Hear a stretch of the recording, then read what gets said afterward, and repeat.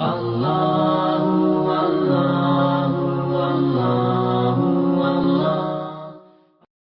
سورج جب کئی دنوں تک بادلوں کے پیچھے ہی پوشیدہ رہتا ہے،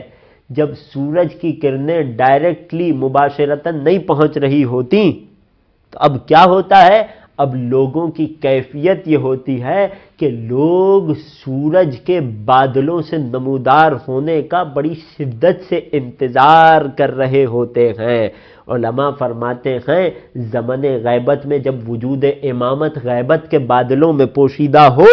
تو اب لوگوں کی یہ ذمہ داری ہے کہ شدت کے ساتھ، پوری آب و تاب کے ساتھ امام کے پردہ غیب سے تشریف لانے کا، ظہور فرمانے کا انتظار کرتے رہیں۔ یہاں یہ بات واضح رہے، انتظار فقط کہہ لینا انتظار نہیں ہوتا، انتظار در حقیقت ایک کیفیت کا نام ہے کہ جس شخص پر طاری ہو جائے وہ کبھی چین سے نہیں بیٹھ سکتا، اسے کبھی سکون اور اطمینان نہیں آتا۔ بہت مشہور مثال ہے، علماء دیا کرتے ہیں، میں بھی عرض کر رہا ہوں اپنے نوجوانوں اور بچوں کے لیے بات کو واضح کرنے کے لیے، کہ جب آپ کے گھر کسی مہمان کی آمد متوقع ہو،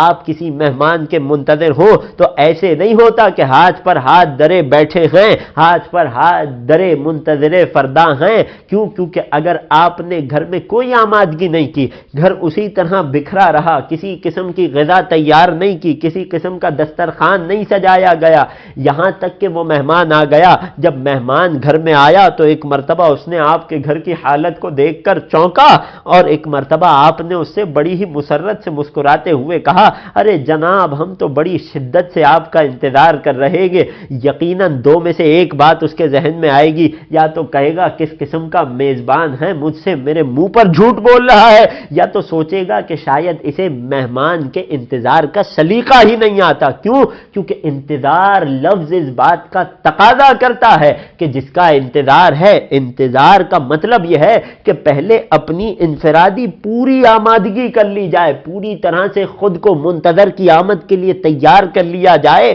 پھر جب منتظر دروازے پہ دستک دے تو اسے مسکرا کر خوش آمدید کہا جائے اور کہا جائے کہ ہم بڑی شدت سے آپ کا انتظار کر رہے تھے۔ اب جب وہ دیکھے گا کہ گھر انتہائی سلیقے سے سجا ہوا ہے، دسترخوان انتہائی سلیقے سے سجایا گیا ہے، ایک ایک چیز آمادہ ہے، تو اب اسے آپ کی محبت، آپ کے خلوص اور آپ کے انتظار پر یقین آئے گا۔ اب اسے یہ بات یقین آئے گی کہ ہاں یہ شخص واقعاً میرا شدت سے منتظر تھا، یہی وجہ ہے کہ پوری آمادگی اور تیاری کر کے بیٹھا تھا کہ جیسے ہی میں آؤں مجھے خوش آمدید کر لے۔ علماء کہتے ہیں بالکل اسی طرح جب غیبت کے پردے میں میرے امام کا وجود اقدس پوشیدہ ہے، اس زمن غیبت میں چاہنے والے کی ذمہ داری ہے کہ انتظار کی کیفیت کو خود پر طاری کرے، کبھی اسے چین نہیں آنا چاہیے۔ ارے جس کی بہت ادنا سی چیز بھی گم ہو جائے، اس کی نظروں سے اوجھل ہو جائے تو مضطرب ہوا کرتا ہے۔ اے چاہنے والوں ذرا غور تو کرو، تمہارے سر سے،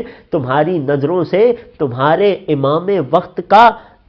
وجود پوشیدہ ہو گیا ہے، تمہارا امام غیبت کے پردے میں گم ہو گیا ہے۔ امام گم نہیں ہوا، ہم گم ہو گئے ہیں۔ کیسے سکون سے بیٹھے ہیں، کیسے اطمینان سے اپنی روزمرہ کی زندگی گزار رہے ہیں۔ یقیناً یہ تو وہ تسک ہونی چاہیے کہ جو ہر لحظے چاہنے والے کے دل میں رہے،